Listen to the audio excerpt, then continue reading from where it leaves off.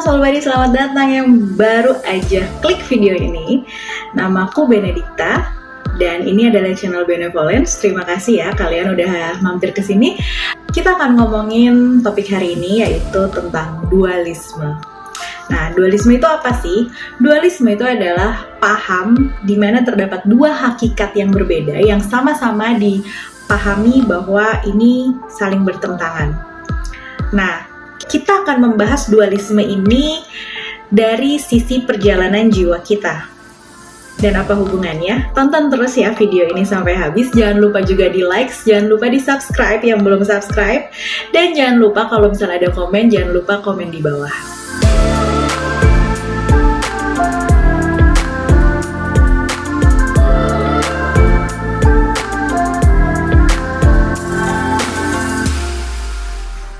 Oke, Soul Buddies, bumi dipercaya adalah sekolah bagi para jiwa dan sekolah yang paling berat. Kenapa bisa begitu? Karena di bumi itu ada sebuah pelajaran yang namanya duality atau dualisme. Mirip sih dengan apa yang aku ceritain di videoku yang judulnya The Law of Polarity, di mana segala sesuatu punya opposite-nya, punya lawannya, ya kan? Ada terang, ada gelap, dan sebagainya. Nah, begitu juga di bumi.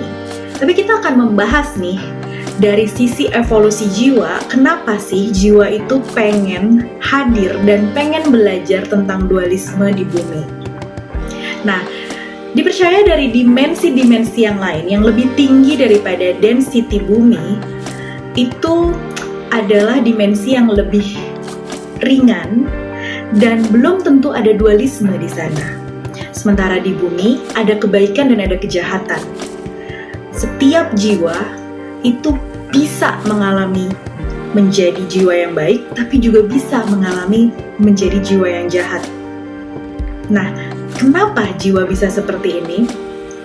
Pada intinya, jiwa itu pada prinsipnya ingin mempelajari segala hal, ingin mengalami segala hal, ya kan? Nah, begitu juga jiwa-jiwa yang hadir ke bumi. Mereka nggak cuma sekedar, aku pengen hadir di bumi untuk memenuhi bumi ini. Tidak. Untuk mereka memenuhi segala pelajaran dan akhirnya kembali kepada Sang Pencipta, mereka harus mengalami segalanya. Dan mereka dengan senang hati mengalami segalanya, termasuk jiwa kamu, termasuk jiwa aku. Gitu loh. Aku pernah bilang juga bahwa reinkarnasi itu adalah fakta yang sebenarnya tidak perlu kalian percaya. Itu tetap akan terjadi dan tetap terjadi demikian adanya. Nah, jadi ketika seseorang di hidup ini kamu lihat sangat baik, apakah dia selalu baik di kehidupan-kehidupan yang sebelumnya? Belum tentu. Itu adalah pilihan jiwa itu sendiri dan diperkaya dengan cycle of karma, lingkaran karma. Aku juga pernah jelasin di videoku yang 12 hukum alam semesta. Itu ada yang namanya hukum sebab akibat. Apapun yang Soul Buddies lakukan dan tidak lakukan itu mengandung konsekuensi. Nah, sekarang kita akan bongkar ya. Kita akan pelan-pelan melihat dari sisi dualismenya, kenapa sih ada baik dan ada buruk di bumi ini, dan kenapa ada jiwa yang menjadi orang baik dan kenapa juga ada jiwa yang menjadi orang jahat gitu. Nah, baik atau buruk itu sebenarnya ada nggak sih? Ada. Menurut aku sendiri, baik atau buruk kalau kita lihat dari normanya itu fix ada. Yang baik dan yang buruk tertulis, dan di KBBI pun definisinya jelas, ya kan? Nah, tapi apakah boleh seseorang melakukan hal yang jahat? Apakah orang harus selalu menjadi orang baik? Nah, di sini kuncinya. Menurut buku Adventures of Soul, ya, ini karangannya James Van Praagh. Di sini tertulis bahwa setiap jiwa itu mempunyai pilihan. There is always a choice. Begitu juga jiwa yang hadir di bumi ini. Mereka itu punya pilihan. mau jadi jahat atau mau jadi baik.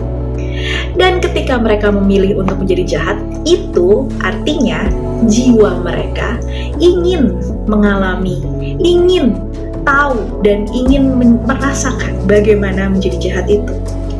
Secara jiwa tentunya mereka conscious. Setiap tindakan pasti ada konsekuensinya. Gitu loh.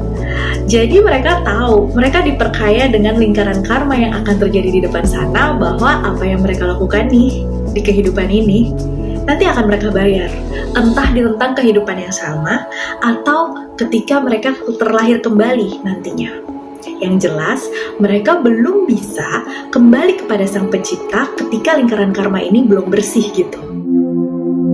Nah, sekarang kuncinya bagaimana dengan manusia ini sendiri ketika jiwanya memilih untuk menjadi jahat gitu. Sebenarnya jiwa yang memilih untuk mengalami banyak hal termasuk menjadi orang yang jahat, tidak bisa juga kita katakan bahwa jiwa itu jahat. Karena jiwa itu sangat kaya akan berbagai pengalaman dan pengetahuan yang jauh lebih daripada yang kita tahu gitu.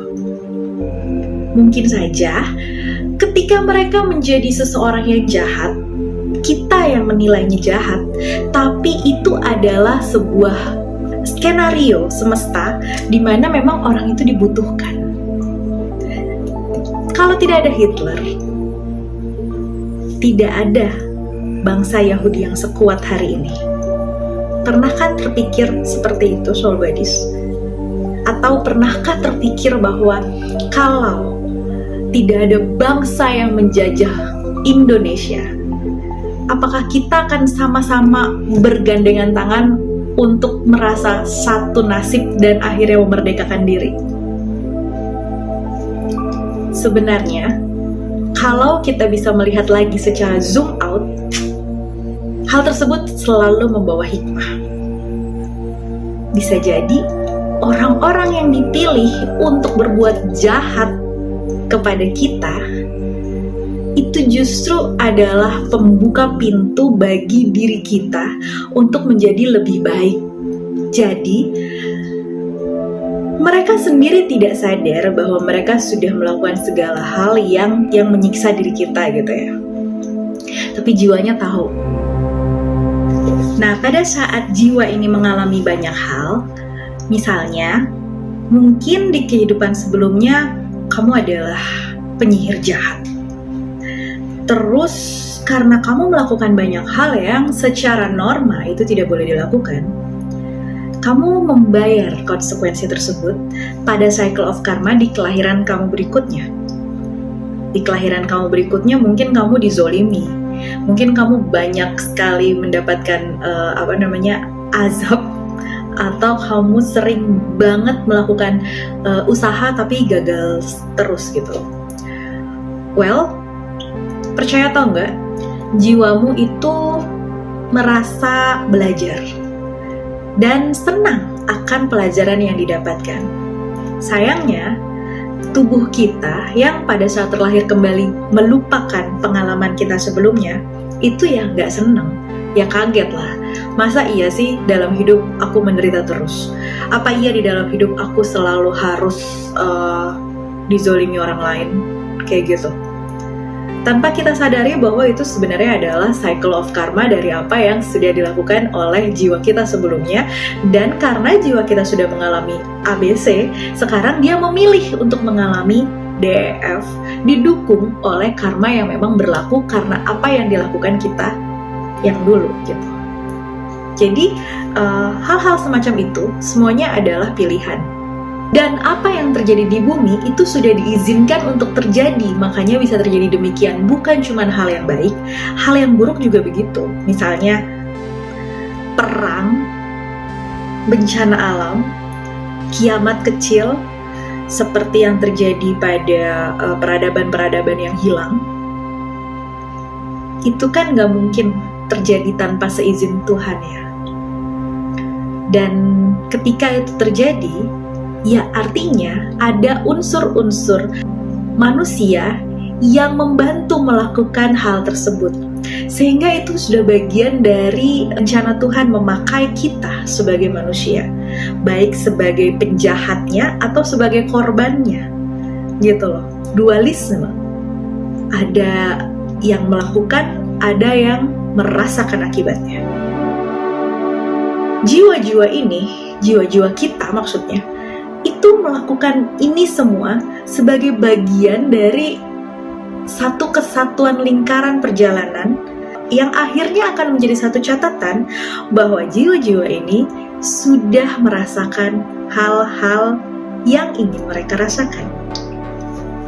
Nah, dalam perjalanannya ada jiwa-jiwa yang tetap pada konsistensinya, tapi ada juga yang merasa tidak mampu untuk mengalami hal tersebut, terutama jiwa-jiwa yang tidak terkoneksi dengan baik antara raga, batin, dan jiwa orang tersebut. Biasanya hal yang seperti ini itu akan memilih untuk mengakhiri hidup dan pada akhirnya akan memberikan satu konsekuensi lain di kehidupan berikutnya. Jadi sebenarnya bagaimana sih menyikapi baik dan buruk? Aku kasih contoh aja ya. Boleh nggak kita punya perasaan kepada orang yang jelas-jelas nggak bisa kita miliki? Baik, secara norma itu bisa jadi nggak boleh. Salah dan benar itu juga ada, fix di KBBI juga tertulis definisinya. Secara norma. Tapi secara rasa bagaimana? Apakah kita bisa memaksa perasaan kita? Nah, di sini kuncinya adalah awareness. Mungkin kita punya perasaan tersebut. Mungkin secara norma kita tidak boleh punya perasaan tersebut. Terus gimana? Ya udah. Jiwa ingin merasakan segala hal, itu kuncinya. Jadi ketika kita merasakan hal tersebut, kunci yang kedua adalah aware bahwa, aku sedang merasakan hal ini. Tapi norma mengatakan aku tidak bisa merasakan hal ini. Apakah kita harus mendinai perasaan ini? Tidak. Yang terjadi adalah terima perasaan itu sebagai bagian dari pelajaran jiwa yang ingin menuntaskan setiap pelajaran satu demi satu. Nah, ketika kita bisa connect dengan baik, ketika kita bisa tersambung dengan baik dengan jiwa murni kita tahu bahwa jiwa ini memang menginginkan mengalami banyak hal. Begitu juga perasaan-perasaan yang tidak lazim. Begitu juga perasaan-perasaan yang secara norma tidak benar. Dengan awareness, yang juga merupakan sebuah kunci, kita bisa kok merasakan segala hal yang memang menjadi pelajaran kita di kehidupan sekarang, tapi tidak terjebak untuk merugikan banyak orang atau merugikan banyak hal. Jadi, sebenarnya yang mau aku bilang di sini adalah jiwa memang menginginkan untuk mengetahui dan mengalami banyak hal, semua hal yang bisa dia alami, dan itu hanya terjadi di bumi. Orang bisa jadi pembunuh, tapi orang juga bisa jadi penolong, itu hanya terjadi di bumi. Di dimensi lain tidak ada kesengsaraan. Di dimensi lain tidak ada hal yang bisa membuat emosi kita campur aduk. Kekayaan emosi itu hanya terjadi di bumi, makanya jiwa ingin belajar di sini. Nah, yang perlu dilakukan pada jiwa-jiwa yang sudah terbangun ini adalah tetap aware, tetap conscious bahwa ketika jiwa ingin mengalami hal A, B, C, itu jangan sampai kita merugikan orang lain. Jangan sampai kita menyebabkan hal buruk. Yang seminimal mungkin kita akan memperpendek cycle of karma kita. Ada sebuah buku judulnya The Power of Now, dan di sini ada tulisan yang sedikit mirip dengan buku yang tadi aku bilang, yaitu The Power to Choose. Dan ini berhubungan nih dengan yang tadi aku bilang, bahwa ketika kita sudah conscious, ketika kita aware, kuncinya sebenarnya aware ya, bahwa kita tuh punya pilihan. bahwa jiwa memang ingin mengalami banyak hal, kita mempersilahkan jiwa tersebut mengalami banyak hal, tapi kita aware bahwa kita berusaha untuk tidak merugikan orang lain dan makhluk hidup yang lainnya. Jadi, itu yang mau aku sampaikan tentang dualisme. Bahwa rasa bisa kita terima dengan baik, walaupun norma punya koridornya sendiri. Norma dan rasa itu memang terkadang tidak bisa sejalan, tapi bagi jiwa-jiwa yang sudah terbangun, sudah conscious, tahu bahwa mereka memang tidak bisa disatukan, tapi bisa diintegrasikan dengan baik. Kita bisa berjalan di dalam koridor norma, tapi juga menerima segala rasa yang memang hadir di dalam diri kita dengan sadar, supaya tidak banyak merugikan makhluk hidup yang lainnya. Begitu aja yang mau aku sampaikan, semoga hal ini bisa dimengerti ya Soul Buddies, dan sampai jumpa di video-videoku yang lainnya. Bye-bye!